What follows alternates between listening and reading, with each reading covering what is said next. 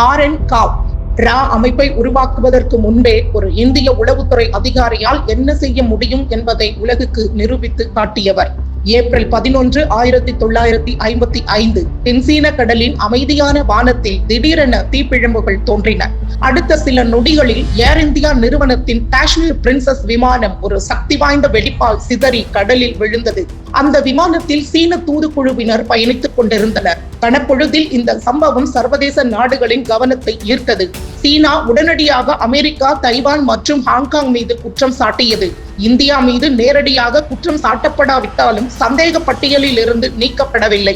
இத்தகைய கடுமையான புவிசார் அரசியல் பதற்றங்களுக்கு மத்தியில் உண்மையை வெளிக்கொணர 37 வயதான ஒரு இளம் இந்திய உளவுத்துறை அதிகாரி களமிறங்கினார். அவர்தான் ராமேஸ்வர் நாத் காவ். பின்னாளில் இந்தியாவின் உளவு அமைப்பான ராவை உருவாக்கியவர். மிகுந்த பொறுமையுடனும் தொழில்முறை நேர்த்தியுடனும் உலகின் மிக சிக்கலான சர்வதேச விசாரணைகளில் ஒன்றை அவர் தனி ஒருவராக தொடங்கினார். விபத்தில் உயிர் தப்பிய 3 ஊழியர்களிடம் பேசி விமானம் விழுவதற்கு முன் நடந்த நிகழ்வுகளை அவர் ஒவ்வொன்றாக கோர்த்தார்.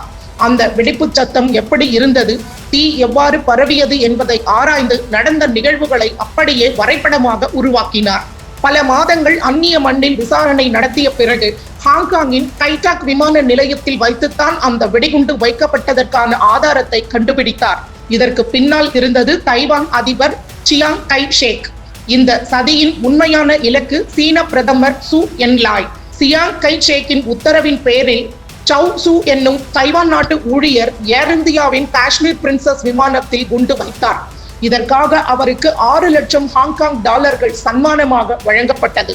காவின் இந்த விசாரணை சதிகாரர்களை தோலுரித்து காட்டியது. மேலும் இந்த சம்பவத்தில் இந்தியாவிற்கு பங்கில்லை என்பதையும் சர்வதேச அரங்கில் துல்லியமாக நிரூபித்தது. இந்த துணிச்சலான விசாரணை இந்தியாவின் கௌரவத்தை காப்பாற்றியது. 5 நாடுகளின் ராஜதந்திரங்களுக்கு இடையே நின்று ஒரு இந்திய அதிகாரியால் உண்மையை வெளிக்கொண்டு வர முடியும் என்பதை உலகிற்கு காட்டியது. அவர்தான் இந்தியாவின் உளவுத்துறை நாயகன், தலை சிறந்த ஒற்றன் ஆர்.என். காவ். இவரது தலைமையில்தான் இந்தியாவின் மிக முக்கியமான உளவு அமைப்பான ரா பின்னாளில் உருவாக்கப்பட்டது.